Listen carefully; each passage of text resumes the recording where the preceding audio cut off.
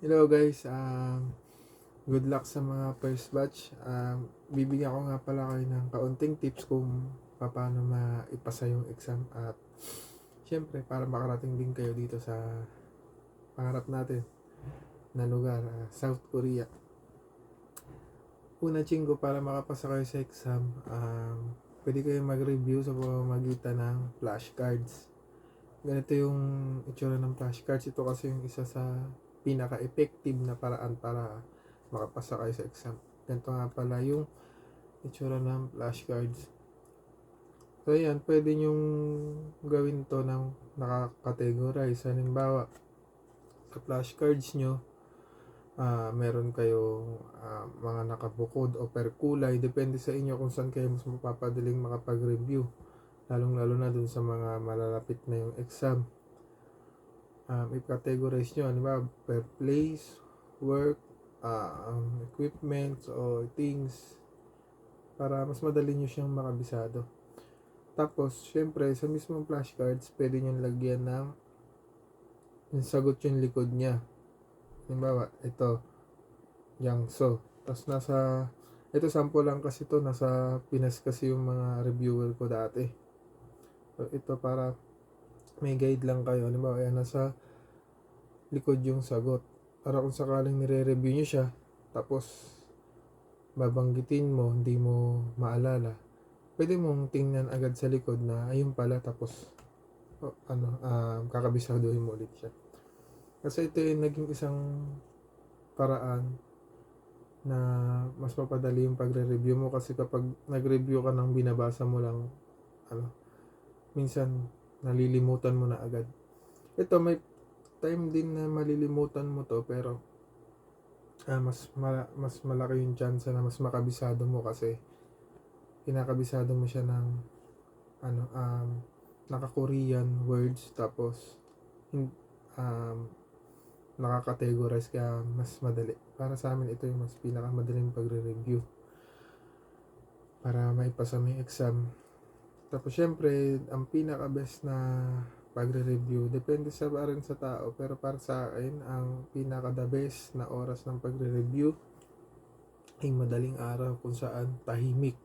Pwede nyo gawing tahimik yung yung kwarto nyo, o kayong bahala, pero mas mainam yung madaling araw kasi kahit na hindi ganun kasarado yung lugar ng bahay nyo, kung madaling araw tahimik naman, mas madaling mag-review, mas maaliwalas yung isip. Pero syempre dapat natulog kayo ng tama at kumpleto para pag nag-review kayo ng madaling araw, halimbawa alas 4 hanggang alas 6, may papasok pa rin sa isip nyo kasi may tulog kayo na maayos.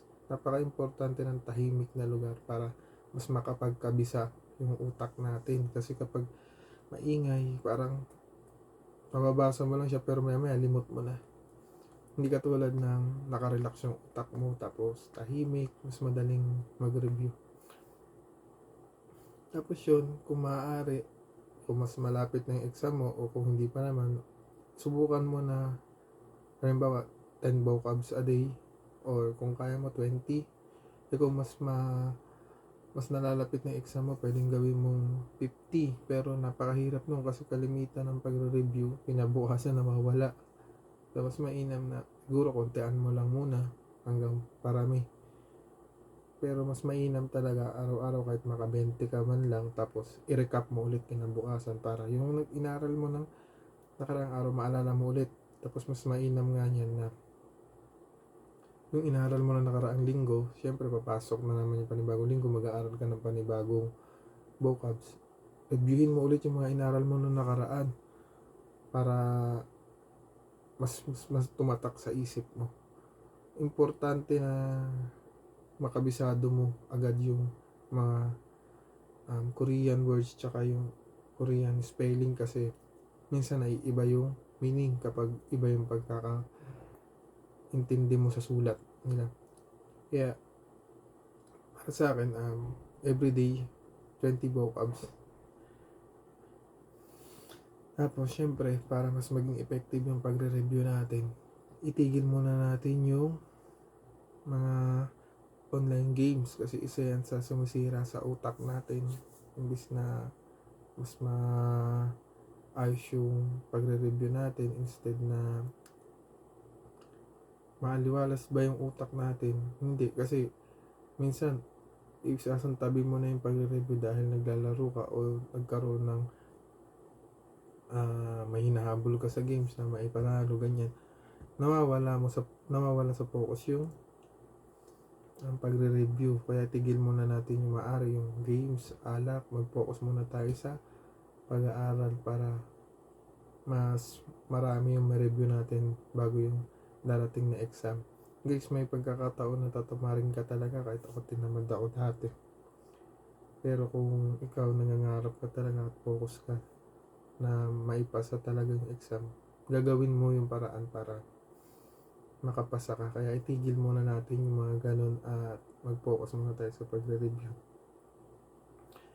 Yun nga, lagi kayong maging inspired para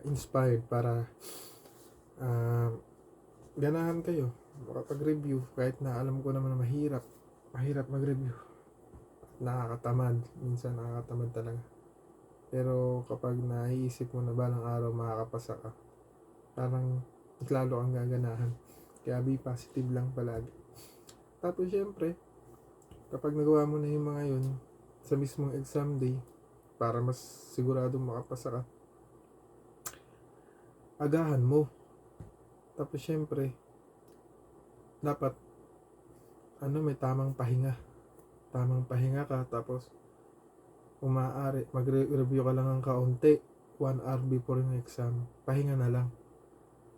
Kasi minsan may pagkakataon na matotorture yung utak mo na nagre-review ka pa hanggang sa exam day, sa oras ng exam na-stress yung utak mo, hindi mo na maalala yung mga nare-review mo, o di kaya nahihirapan kang alalahanin. Kaya mas maganda na relax pa rin yung utak. Siguro mag-review ka before ng exam 1 hour before.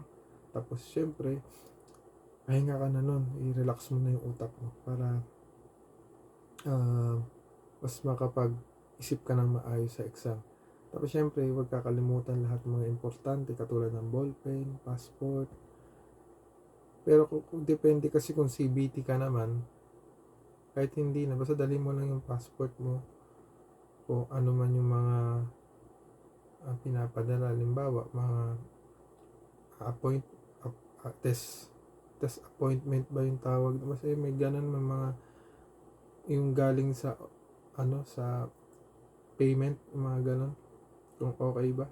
Kasi dati meron kaming ganyan pero depende sa kung anong kakailanganin ng HRD sa exam day. Basta alamin nyo lang yung mga dadalhin nun para mismo exam day, di rin kayo may stress. Kasi pag hindi nyo rin nadala yung may stress din kayo. Isa rin yung sa dahilan kung bakit hindi nakakapasa ang isang EPS aspirant. So yun lang, sana makapasa kayo ngayong exam. Gawin nyo yung best nyo kasi habang tumatagal dito sa South Korea, lumalaki yung sahod. Tapos mas maraming opportunity na nag-aantay sa inyo. Huwag lang kayong magsawang mag-aral, mag-review, magtiyaga. At pinaka-importante sa lahat, lagi kayong magdadasal, mga chinggo. Kaya yun lang, salamat sa pakikinig and good luck and God bless sa inyo lahat.